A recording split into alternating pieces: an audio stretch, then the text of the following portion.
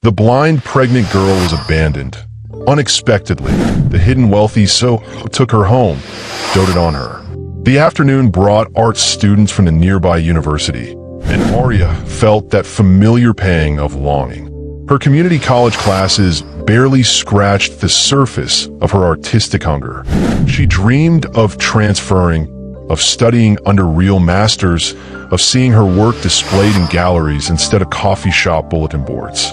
Have you ever met someone who could see straight into your soul? Hi viewers, kindly tell us where you're watching from and what time it is.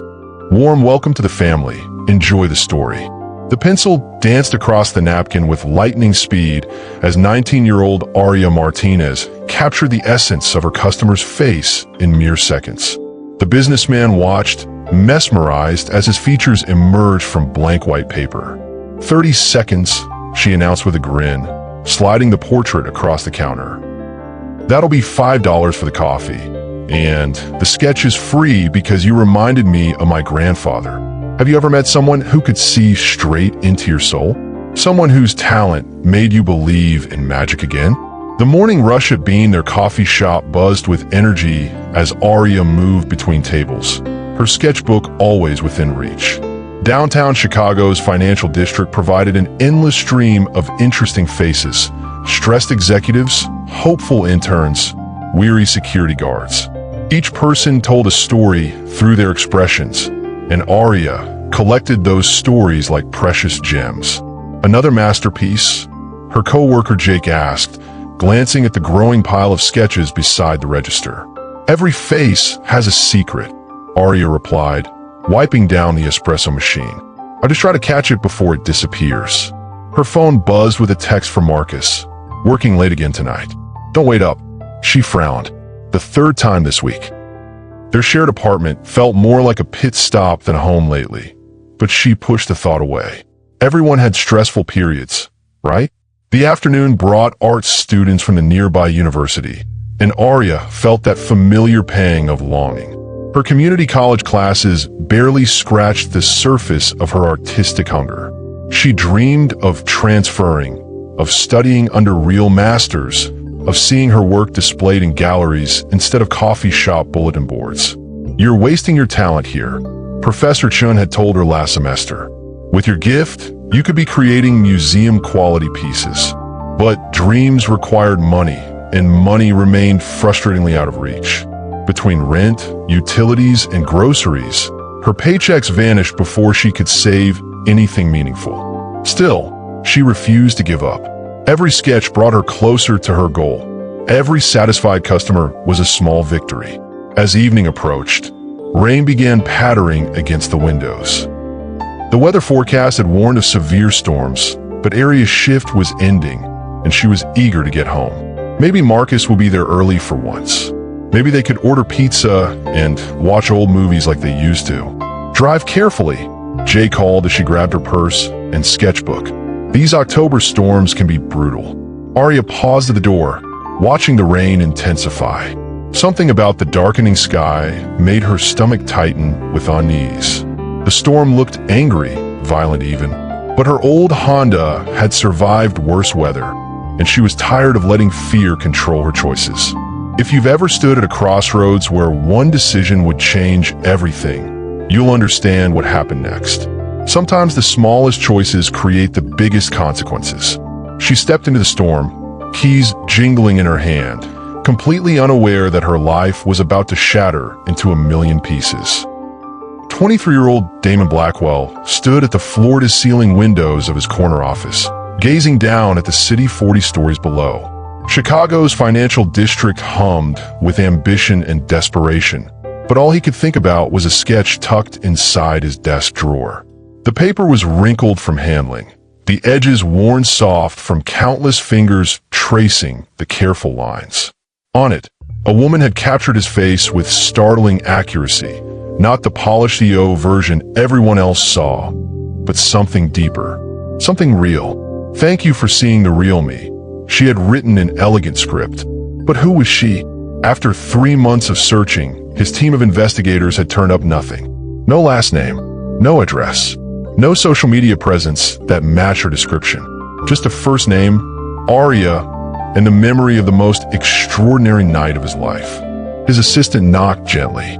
"Mr. Blackwell, the Patterson merger documents are ready for your signature." "Come in, Jennifer." He reluctantly moved away from the window, though his thoughts remained elsewhere. The Patterson deal would add another $50 million to Blackwell Industries' portfolio. 6 months ago, that news would have thrilled him. Now it felt hollow. Success had always been his drug of choice, but lately, even the biggest victories left him feeling empty. The night he met Arya had been different. His cousin's bachelor party, a stuffy corporate event that he'd been obligated to attend. She'd been working the catering staff, completely unimpressed when someone mentioned his name. While other women usually fawned over his wealth and status, she'd barely looked up from arranging hors d'oeuvres. Later, at the jazz club, she talked about art with a passion that made his chest tight. She'd sketched the musicians while they played, her hands moving with graceful precision. When she'd looked at him, really looked, he'd felt exposed in the most wonderful way. The hotel room had been inevitable, not because of money or power, but because of something electric between them. She'd traced his face in the darkness, memorizing every detail. In the morning, she was gone, leaving only the sketch and a heart-shaped hole in his carefully constructed life. "Sir," Jennifer's voice brought him back to the present. "Should I tell the investigators to expand their search?" Damon's jaw tightened. He'd already spent more money than most people earned in a lifetime trying to find one mysterious artist. His board members would question his judgment if they knew. Hell, he was questioning his own judgment. But every night, he dreamed of her laugh. Every morning, he woke up hoping today would be the day she walked back into his life. "Double the reward," he said quietly. "Someone out there knows who she is. Have you ever lost something so precious that its absence changed who you are? That's what love does. It marks you forever." Outside, storm clouds gathered over the city, and Damon felt a strange pull toward the windows. Somewhere out there, she was living her life without him, unaware that a billionaire CEO was turning Chicago upside down just to see her smile again. The headlights came out of nowhere. Arya saw them through the rain-soaked windshield for maybe 2 seconds before impact, 2 white eyes cutting through the darkness like harbingers of fate. Time slowed to a crawl as her Honda spun across Lakeshore Drive, metal screaming against asphalt. Then nothing. Consciousness returned in fragments. Beeping machines, antiseptic smell, voices speaking in hushed medical terminology. But something was wrong, terribly, fundamentally wrong. The world had gone black. "Arya, can you hear me?" A woman's voice, professional but kind. She tried to speak, but her throat felt raw. Finally, she managed to whisper, "I can't see." The silence that followed lasted forever. Dr. Martinez, no relation, just one of life's cruel coincidences, explained everything with clinical precision. Traumatic optic nerve damage, multiple tests, slim chances of recovery.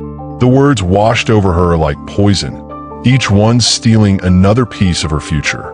Have you ever had your entire world disappear in an instant? Not just your sight, but everything you thought you knew about who you are? But the darkness wasn't the only life-changing news waiting for her. "There's something else we need to discuss," Dr. Martinez continued gently. "The blood work revealed that you're pregnant. About 8 weeks along. Pregnant." The word hit her harder than the car accident had. Her hand instinctively moved to her stomach, searching for some sign of the life growing inside her. Marcus's baby. Their baby. When Marcus finally arrived at the hospital 12 hours later, his voice was strained with guilt and fear. "Jesus, Arya, I'm so sorry. I should have picked you up. I should have." "I'm pregnant," she interrupted, because there was no gentle way to share earth-shattering news. The silence stretched until she wondered if he'd left the room. When he finally spoke, his voice was different, distant. Are you sure?" "The doctors are sure." She reached out blindly, finding his hand. "Marcus, we're gonna have a baby." His fingers felt cold against hers. "This is a lot to process, Arya. The blindness and now this." Over the following days, Marcus visited regularly, bringing flowers she couldn't see and speaking in the overly cheerful tone people used around tragedy. But Arya could sense his discomfort, the way he fidgeted in his chair, the careful distance he maintained. The rehabilitation specialist started immediately. Learning to navigate without sight was like learning to breathe underwater. Possible, but requiring complete mental rewiring. Braille lessons, mobility training, occupational therapy. Each small victory felt monumental, but the losses seemed infinite. Her art was gone, her independence shattered, her future a terrifying question mark. We'll figure this out, Marcus promised one evening, but his voice lacked conviction. What happens when the person you love most becomes a stranger? When your dreams die in the same moment new life begins. Arya pressed her face into the hospital pillow, tears sliding into her hair. She was 19, blind, pregnant, and more alone than she'd ever imagined possible. The worst part? She had no idea that her loneliness was just beginning. The voicemail arrived on a Tuesday morning, 3 weeks after Arya had returned to their apartment. She'd been sitting at the kitchen table, practicing eating with utensils by touch, when her phone rang. Marcus's name appeared on the caller ID, or so the automated voice told her. She fumbled for the answer button, but he'd already hung up. The message he left would haunt her forever. Arya, I can't do this anymore. I know I promised, but I'm not ready to be a father. Especially not like this. I'm sorry, but I can't handle a blind girlfriend and a baby. I just can't. I've taken what I need from the apartment. I'll send money when I can. Her hand shook as she played the message again and again. Each time, the words cut deeper. Have you ever felt the exact moment your heart stopped beating? When the person you trusted most decides you're too broken to love. The apartment felt different immediately. Empty. His cologne no longer lingered in the bathroom. His side of the closet gaped open like a wound. Their shared coffee mug sat alone on the counter, a ceramic monument to abandonment. But the cruelest discovery came when she tried to access their joint bank account. The automated system informed her that the balance was zero. Marcus had taken everything. Their savings, their security deposit for next month's rent, even the emergency fund they'd built for their future together. She was blind, pregnant, and now completely broke. The landlord, Mr. Peterson, knocked on her door the following week. His voice carried the uncomfortable mixture of sympathy and business necessity. I'm real sorry about your situation, Miss Martinez, but rent is rent. I've got a mortgage to pay. Arya's disability payments wouldn't start for another month. Her job at the coffee shop had evaporated the moment she couldn't see the customers' faces or navigate the equipment safely. Every application she'd submitted had been politely declined once employers learned about her condition. Friends from college made awkward phone calls, offering help that never materialized. We should get together soon, they'd say, but soon never came. Her blindness made them uncomfortable, a reminder that tragedy could strike anyone. The pregnancy symptoms didn't care about her circumstances. Morning sickness kept her weak and nauseous while she struggled to learn basic survival skills. Grocery shopping became an ordeal. Cooking was dangerous. Walking to the corner store required planning like a military operation. But at night, when she placed her hands on her growing belly, everything changed. This baby was half her, half Marcus, but entirely her responsibility now. She whispered promises to her unborn child, vowing to be strong enough for both of them. What do you do when the world decides you're not worth fighting for? When everyone you trusted walks away? The eviction notice arrived on a Friday, typed in Braille by a sympathetic court clerk. 30 days to vacate. 30 days to figure out how a blind, pregnant 19-year-old could survive on her own. Outside her window, storm clouds gathered again, and Arya couldn't shake the feeling that her worst days were still ahead. The rehabilitation center smelled like disinfectant and determination. Arya sat in a circle with 5 other newly blind individuals, her hands trembling as she attempted to read her first Braille sentence. The quick brown fox jumps over the lazy dog, she read aloud, her fingertips struggling to distinguish the raised dots. Excellent, praised Mrs. Rodriguez, their instructor. Now, remember, Braille isn't just about reading. It's about reclaiming your independence. Independence. The word felt foreign now. 3 months ago, Arya had been sketching portraits and dreaming of art school. Now, she was learning to identify cleaning products by smell to avoid accidentally poisoning herself. The white cane lessons were particularly humiliating. The aluminum shaft felt like a flag announcing her disability to the world. But slowly, grudgingly, it became her lifeline. Each tap against the sidewalk was a small victory over the darkness that had consumed her world. Sweep left, sweep right. Her mobility instructor coached. The cane is your eyes now, Arya. Trust it. Trust. Another word that had lost its meaning since Marcus left. Her caseworker, Janet, visited weekly with updates on available resources.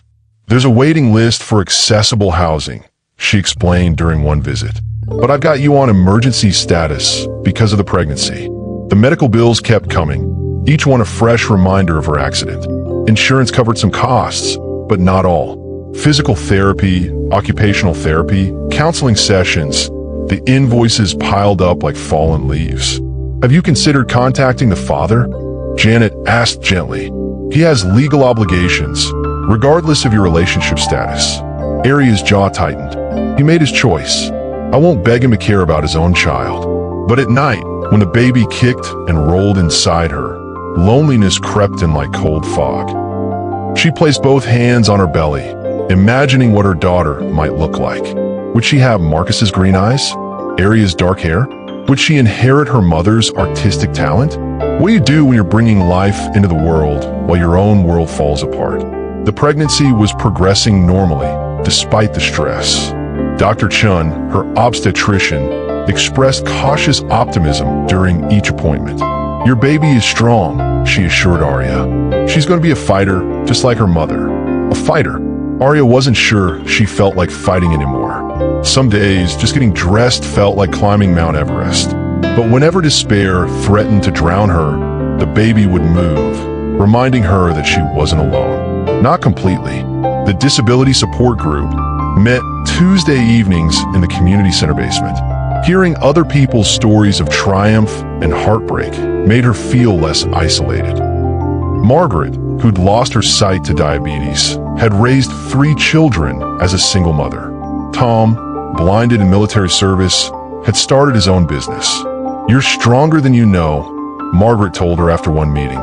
And that baby is lucky to have a mother who refuses to give up. But as Arya walked home in the autumn chill, her cane tapping against familiar sidewalks, she wondered how much more strength she could summon. The eviction deadline was approaching fast, and her options were running out.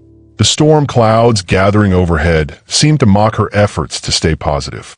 Soon, she'd have nowhere left to fall. The eviction notice lay crumpled in Arya's trembling hands, the braille dots rough beneath her fingertips. Final notice: 24 hours to vacate or face legal action. She sat on the living room floor, surrounded by her few remaining possessions. A suitcase of clothes, her sketchbooks she could no longer use, and a small bag of baby items she'd managed to buy with her last $20. Everything else had been sold to pay for food and medical appointments. The October wind rattled her apartment windows as the weather service issued severe storm warnings. Meteorologists predicted the worst thunderstorm system Chicago had seen in years, with dangerous winds and flooding potential. The perfect backdrop for the worst day of her life. Have you ever reached the point where you have absolutely nothing left to lose? Where rock bottom becomes your launching pad. Her phone had been disconnected 2 days ago. The electricity would be shut off by evening. Mr. Peterson had already changed the locks on 3 other units in the building, and she could hear new tenants moving into the apartment below hers. Janet, her caseworker, had left a message with her neighbor before the phone died. The emergency housing wait list wouldn't have an opening for at least 6 weeks. 6 weeks she didn't have. At 8 months pregnant, Arya's body felt like a foreign country. Her back ached constantly, her feet were swollen, and the baby seemed to press against every internal organ simultaneously. Walking more than a few blocks left her breathless, but walking was all she had left. The first drops of rain began hitting her window as she packed her final belongings. Each item held memories she was forced to abandon. The ceramic mug Marcus had given her for their 3-month anniversary. The throw blanket they'd picked out together at the thrift store. The framed photo of her parents, who died when she was 17, a photo she'd never see again. But buried at the bottom of her suitcase was her most precious possession, a manila envelope containing every sketch she'd ever drawn. Her artistic legacy, worthless to everyone except her. She pressed the envelope against her chest, feeling the familiar rustle of paper. "I'm sorry, baby girl," she whispered to her unborn daughter. "Mom was trying her best, but sometimes best isn't enough." The contractions started as she struggled down the stairs with her suitcase. Not labor, at least she hoped not, but the sharp cramps that had been plaguing her for weeks. Stress contractions, Dr. Chin called them. Her body's way of protesting the impossible situation. The lobby of her apartment building felt like a funeral parlor. Other tenants avoided eye contact, uncomfortable with her obvious desperation. The security guard who used to chat with her about the weather now pretended to be busy with paperwork. Outside, the storm was building momentum. Thunder rumbled in the distance like an approaching army. The sky had turned an ominous shade of green that made her remaining vision, shadows, and light perception even more distorted. When you have nowhere to go, where do you turn? When the whole world has given up on you, who's left to care? Arya stepped into the storm, her white cane in one hand and her suitcase in the other. 8 months pregnant and completely alone. She had no idea she was walking toward salvation. The thunder crashed overhead like the world splitting open as Arya stumbled through downtown Chicago's empty streets. Rain soaked through her thin jacket within minutes. Her white cane barely useful against the howling wind that seemed determined to knock her off her feet. Every step was agony. The baby pressed against her ribs, making breathing difficult, while her swollen feet screamed inside shoes that no longer fit properly. But she kept walking because stopping meant surrendering, and she refused to give up with her daughter's life depending on it. The financial district after dark was a maze of glass and steel, made more treacherous by the storm. Office buildings towered above her like silent giants, their windows glowing with the light of people working late. People with homes to return to, people with futures that extended beyond the next few hours. A massive awning caught her attention through the rain. Blackwell Industries, according to the brass plaques her fingers traced. The corporate headquarters stretched 40 stories into the stormy night, and its ground-level entrance provided the first real shelter she'd found. She collapsed against the building's facade, her suitcase tumbling beside her. The contractions were getting stronger now, coming every few minutes with an intensity that made her gasp. This couldn't be labor. Not yet. Not here. Not like this. Have you ever been so desperate that you'd take shelter anywhere, even if it meant facing the unknown? 40 stories above, Damon Blackwell was reviewing merger documents when the storm began battering his office windows. He'd sent his staff home hours ago, but restlessness kept him chained to his desk. The same restlessness that had plagued him for months, ever since his investigators had failed to find the mysterious artist who'd stolen his peace of mind. He was reaching for his coffee when he heard it.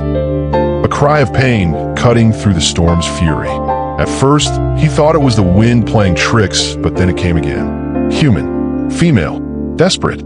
Damon rushed to his window, peering down at the street below. Through the rain and darkness, he could barely make out a figure huddled against his building's entrance. Someone was in trouble. Without hesitation, he grabbed his jacket and headed for the elevator. The ride to the ground floor felt eternal, each second stretching as the cries grew more frequent. By the time he burst through the lobby doors, the woman was clearly in labor. "Mom? Ma'am, can you hear me?" She turned toward his voice, and Damon's world stopped. Even soaked and exhausted, even with her face contorted in pain, he recognized her instantly. The bone structure, the full lips, the way she tilted her head when listening. It was her, his mystery artist, the woman he'd been searching for. But her eyes, those beautiful dark eyes that had seen into his soul, stared right through him without recognition. She was blind. "Please," she gasped between contractions. "My baby, something's wrong." In that moment, Damon realized fate hadn't just brought her back to him. It had delivered them both to the most important crossroads of their lives. "I'm calling an ambulance," he said, pulling out his phone. "You're gonna be okay. I promise." Sometimes salvation comes disguised as coincidence. Sometimes the person you've been searching for has been searching for hope. The ambulance ride to Chicago General became a blur of flashing lights and urgent voices. Aria gripped the paramedic's hand while contractions racked her body every 90 seconds. The mysterious man who'd found her sat quietly in the corner, his presence both comforting and puzzling. His voice was familiar somehow, like a song she'd heard in a dream. When he'd knelt beside her in the rain, something had stirred in her memory, not visual, but deeper. The way he moved, the careful gentleness of his hands, the protective tone that made her feel safe for the first time in months. "What's your name, sweetheart?" the paramedic asked as they wheeled her into the emergency room. "Aria Martinez," she gasped. "The baby, is she okay?" "We're going to take excellent care of both of you," Dr. Williams assured her as nurses prepared the delivery room. "Your friend here said you've been under a lot of stress lately." "Friend?" Aria almost laughed through her pain. She didn't even know his name, yet he'd probably saved both their lives by finding her in the storm. The labor progressed rapidly. Within 3 hours, Emma Rose Martinez entered the world with a healthy cry that made Aria sob with relief. 7 pounds, 2 ounces of perfect humanity, arriving 4 weeks early but breathing strong. "She's beautiful," the nurse said, placing the baby on Aria's chest. "Absolutely perfect." Aria's hands trembled as she touched her daughter's face for the first time. Tiny nose, soft cheeks, miniature fingers that gripped her thumb with surprising strength. This was love in its purest form, immediate, overwhelming, and completely transformative. Through the delivery room window, Damon watched the scene unfold with emotions he couldn't name. That was his daughter Aria was holding. His child, born from their one magical night together. The baby had his dark hair and what looked like Aria's delicate features.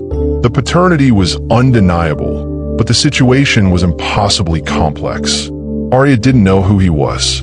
She thought some stranger had simply helped her during a medical emergency. How could he tell her the truth without sounding like either a stalker or a madman? "Sir," a hospital administrator approached him in the waiting area. "The patient doesn't have insurance coverage for extended care. Will you be handling the expenses?" "Yes," Damon replied without hesitation. "Whatever she needs. Private room, best doctors, complete care for both mother and baby. Send all bills to me directly and make sure she never sees them." Over the next week, Aria marveled at the exceptional treatment she received. Nurses who went above and beyond their duties. Specialists who appeared for consultations she hadn't requested. A lactation consultant who spent hours helping her learn to breastfeed. Gift baskets of baby supplies that arrived daily from anonymous well-wishers. Have you ever experienced kindness so profound it restored your faith in humanity? Sometimes angels wear business suits instead of wings. But the most mysterious gift was the man himself. He visited daily, always polite, always helpful, never intrusive. He read to her from magazines, brought coffee that tasted like hope, and somehow made the sterile hospital room feel less lonely. "Why are you helping me?" she asked one afternoon as Emma slept in her arms. "Because everyone deserves kindness," he replied softly. "Especially someone as strong as you." Damon knew he was playing with fire, but he couldn't stay away. Every day with them felt like borrowed time, a chance to be part of their lives before reality demanded honesty. He was falling in love with his own family, and they had no idea who he really was. 3 weeks after Emma's birth, Aria stood in the doorway of an apartment she couldn't afford, holding keys she hadn't applied for. The social worker, Mrs. Chun, had called it a miraculous opening in the accessible housing program, but miracles seem to be happening with suspicious frequency lately. "The rent is subsidized," Mrs. Chun explained, her voice carefully neutral. "And it's been pre-furnished with everything you'll need for the baby." The apartment was perfect, too perfect. Hardwood floors with clear pathways for navigation. A nursery equipped with every possible necessity. Braille labels on kitchen cabinets. Even the coffee maker was the exact brand she'd used at her old job. "This is too much," Arya murmured, running her fingers along the granite countertops. "I can't accept charity like this." "It's not charity," Mrs. Chen insisted. "It's assistance from a private foundation that helps single mothers with disabilities. They prefer to remain anonymous." Like the person who'd paid her hospital bills. Like the mysterious benefactor who'd arranged for her milk and baby formula to be delivered weekly. Like the stranger who somehow always appeared when she needed help most. Have you ever felt like invisible hands were guiding your life? Like someone was watching out for you from the shadows? Arya's suspicions grew stronger each day. The grocery deliveries that arrived perfectly timed with Emma's feeding schedule. The pediatrician appointments that were mysteriously covered by insurance adjustments. The baby clothes that appeared in exactly the right sizes at exactly the right times. Someone was orchestrating her life, and she was determined to figure out who. The breakthrough came during a visit to Bean, their coffee shop, where her former boss Jake had invited her for lunch. Arya was navigating the familiar space with Emma in her stroller when she heard a voice that made her heart skip. "2 espressos and a blueberry muffin, please." The same voice from the storm. The same careful cadence that had comforted her in the ambulance. Her mysterious benefactor was here, close enough to touch. "Excuse me," she called out, turning toward the voice.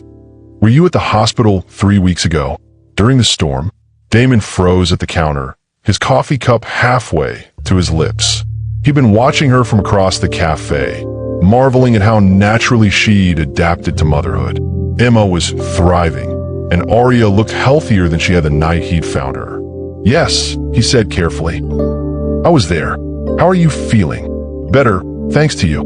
She moved closer, Emma gurgling contentedly in her stroller. "I never properly thanked you for saving our lives." "No thanks necessary.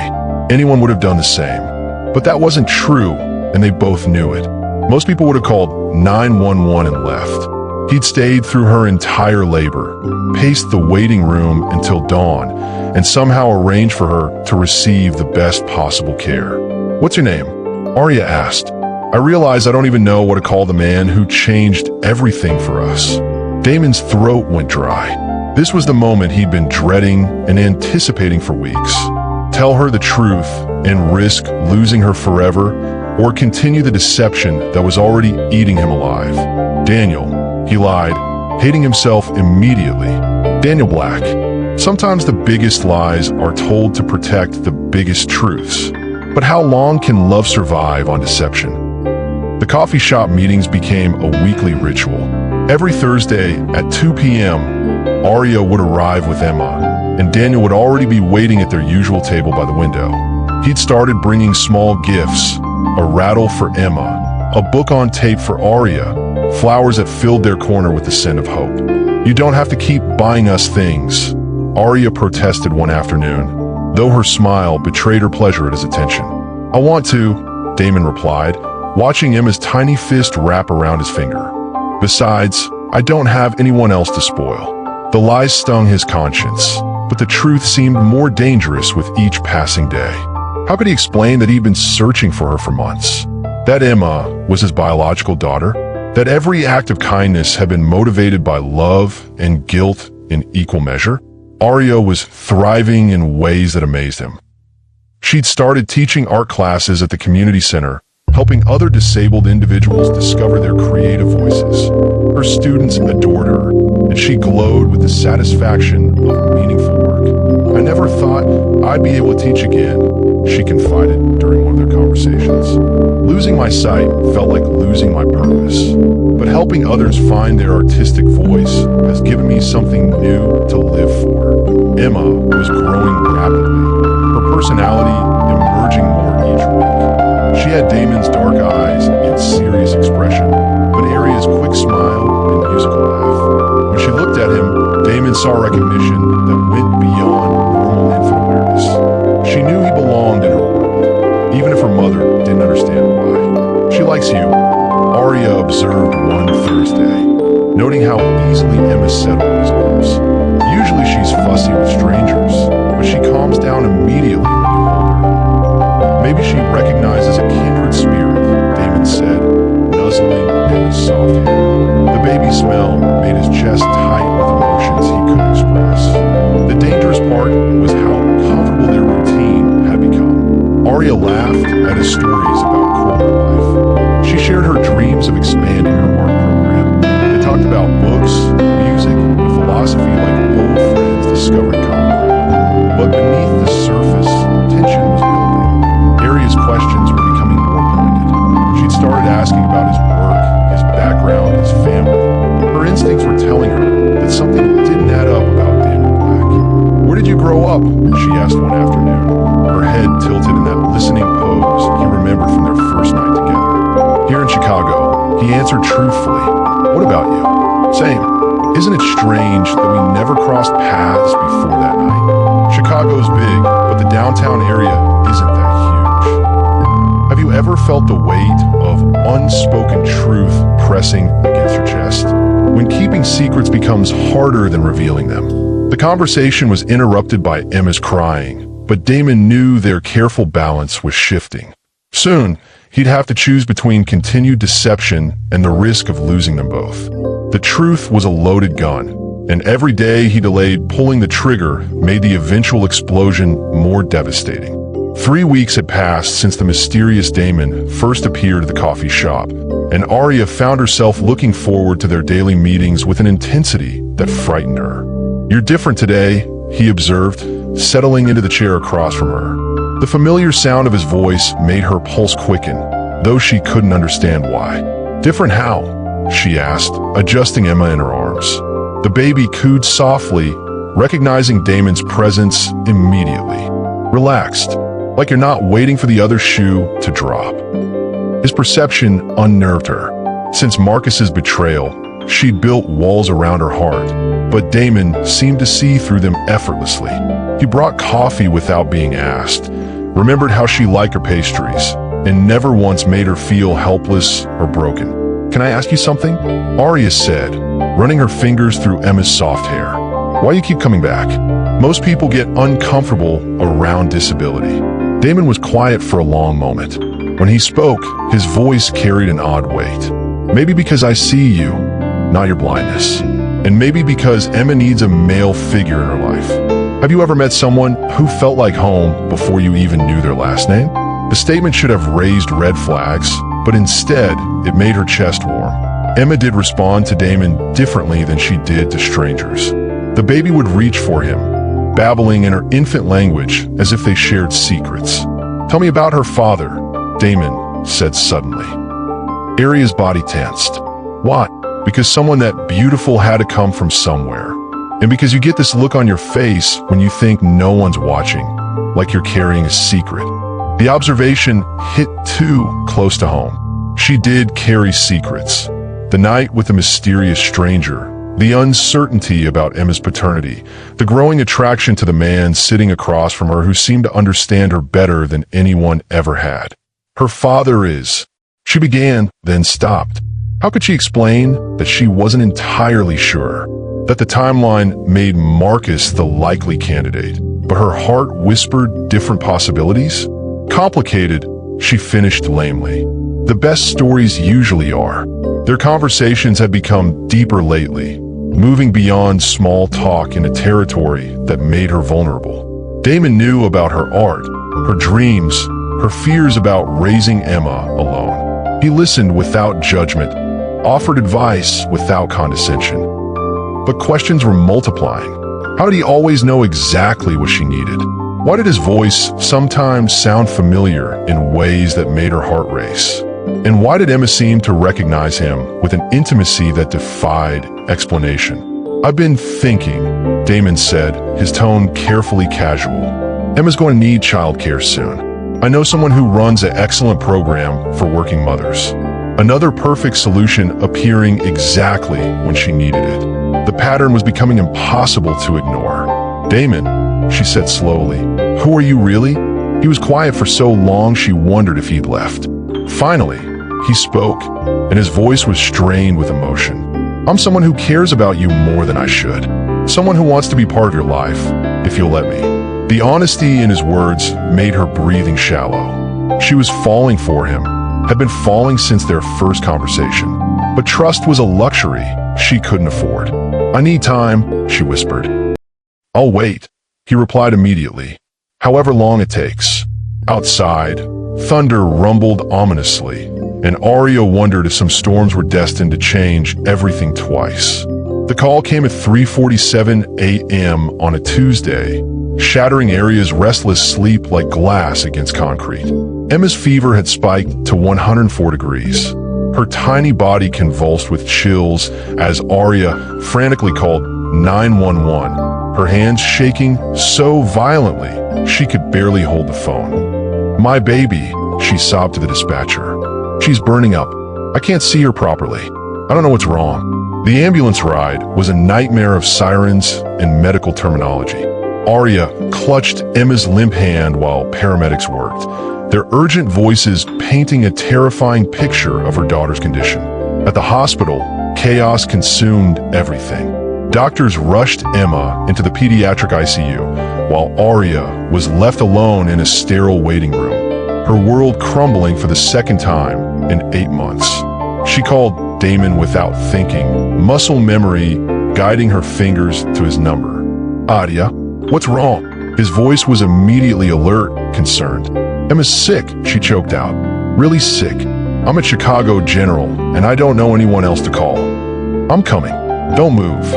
He arrived within minutes, impossibly fast for someone who claimed to live across town. His arms wrapped around her before she could protest, and she collapsed against his chest, sobbing uncontrollably. "She's all I have," Arya whispered. "If I lose her—" "You won't," Damon said fiercely. "I won't let that happen."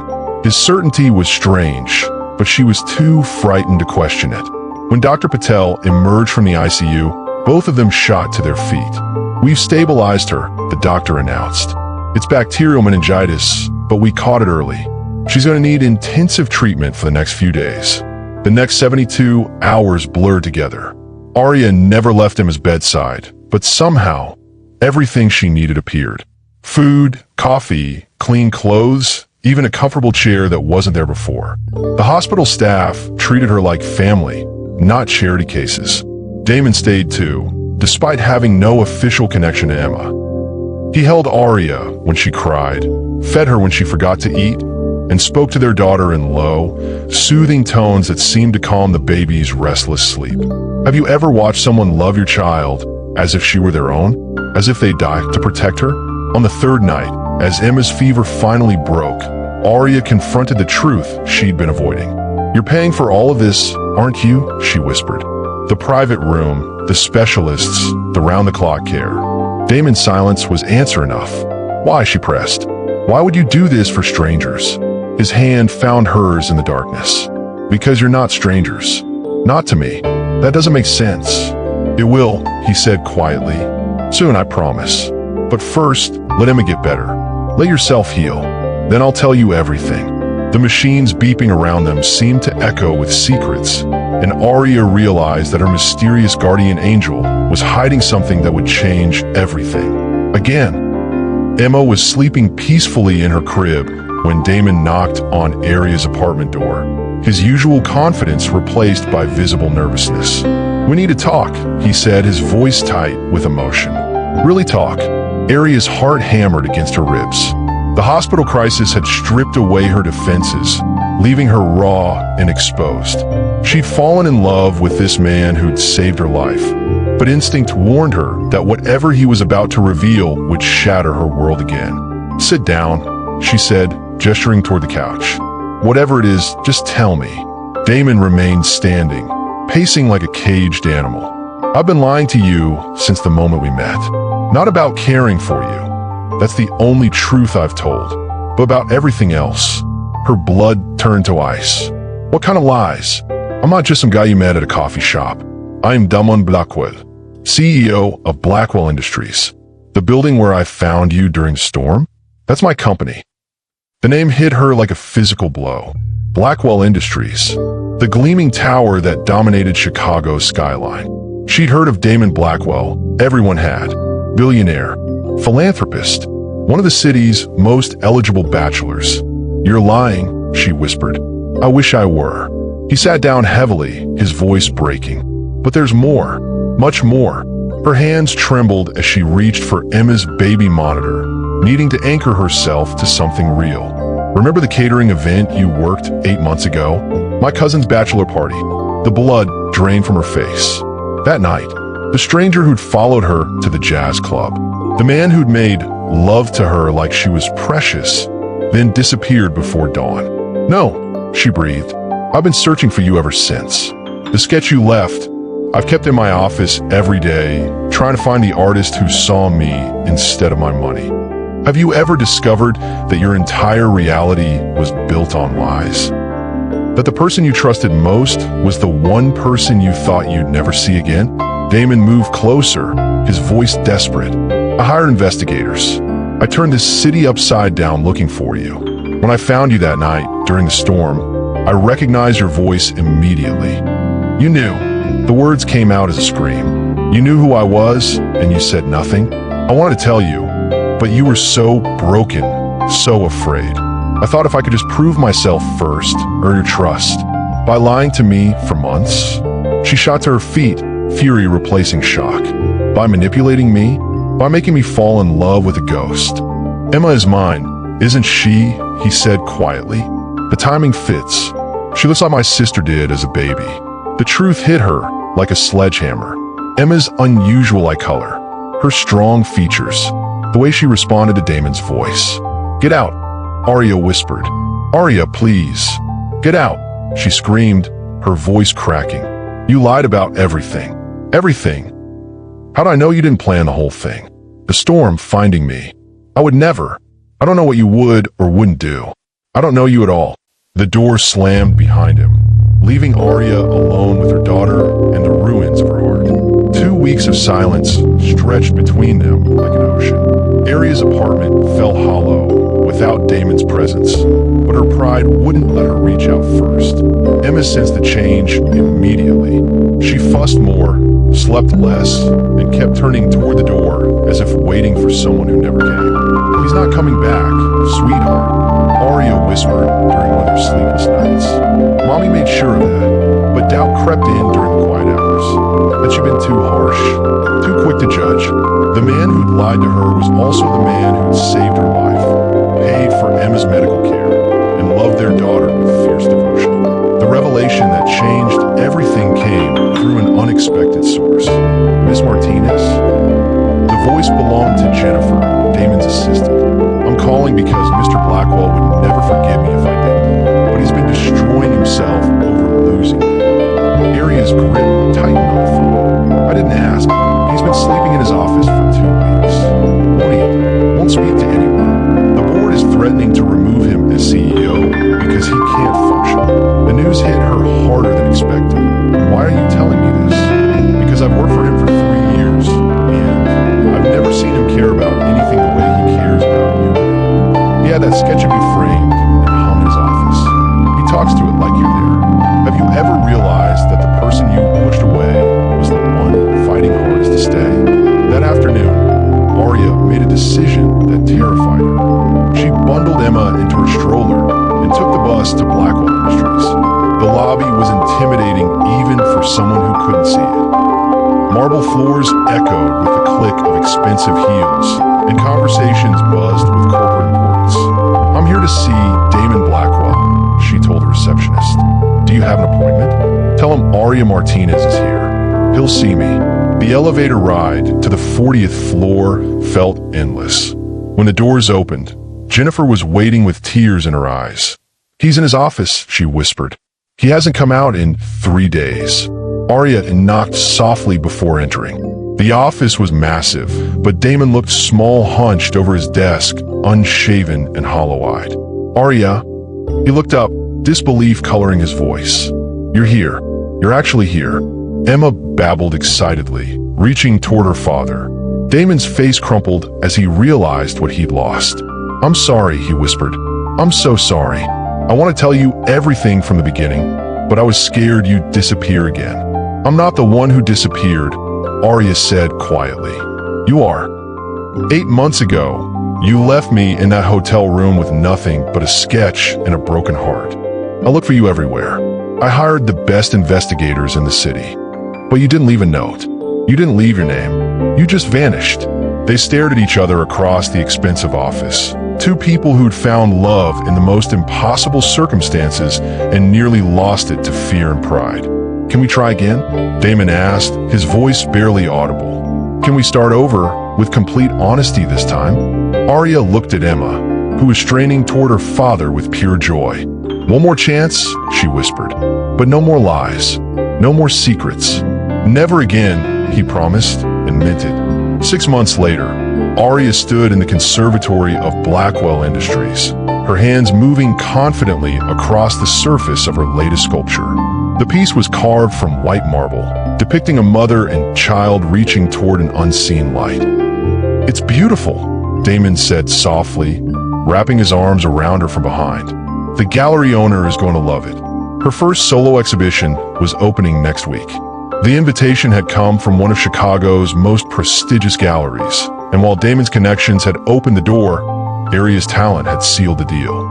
"I still can't believe this is happening," she murmured, leaning back against his chest. "A year ago, I thought my artistic career was over. You just needed to find a different way to see." The past months had been a careful rebuilding of trust. Damon had moved slowly, proving his commitment through actions rather than words. He'd enrolled in Braille classes to better understand her world. He'd donated millions to organizations supporting blind artists. Most importantly, he'd shown up every day, consistent and patient. Emma's first birthday party had been the turning point. Watching Damon's face light up as their daughter took her first steps toward him, Arya had finally accepted what her heart had known all along. They were meant to be a family. "Mama, Dada." Emma's excited voice carried across the conservatory as she toddled toward them, her small hands clapping with delight.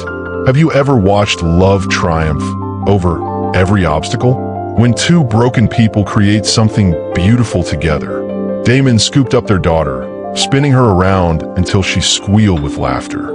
The sound filled the space with pure joy, a symphony of second chances and new beginnings. "I have something for you," Damon said, setting Emma down and reaching into his pocket. Arya's heart stopped as she felt the small velvet box placed in her hands. Her fingers traced the edges, memorizing every detail. "Damon, I know we've done everything backwards," he said, his voice shaking. "But I want to do this right. Arya Martinez, will you marry me? Will you let me spend the rest of my life proving that love can overcome anything?" The ring was perfect, a simple band with a raised pattern she could feel. Not ostentatious or showy, but meaningful in its simplicity. "Yes," she whispered, tears streaming down her face. "Yes, of course, yes." As he slipped the ring onto her finger, Emma clapped her hands and babbled happily, as if she understood that her family was finally complete. The wedding took place in the conservatory where Damon had proposed, surrounded by Arya's sculptures and filled with everyone who'd supported their journey. As they exchanged vows, Arya felt the warmth of sunlight on her face and knew that sometimes the darkest storms led to the most beautiful dawns. "I promise to be your eyes when you need them," Damon whispered during their private moment. "And I promise to help you see what really matters," Arya replied. Sometimes the most beautiful love stories begin with the worst possible circumstances. Sometimes losing everything is the only way to find what you truly need. Outside, Chicago stretched endlessly under a clear blue sky, but inside their circle of love, Arya and Damon had found something more precious than sight. They found each other.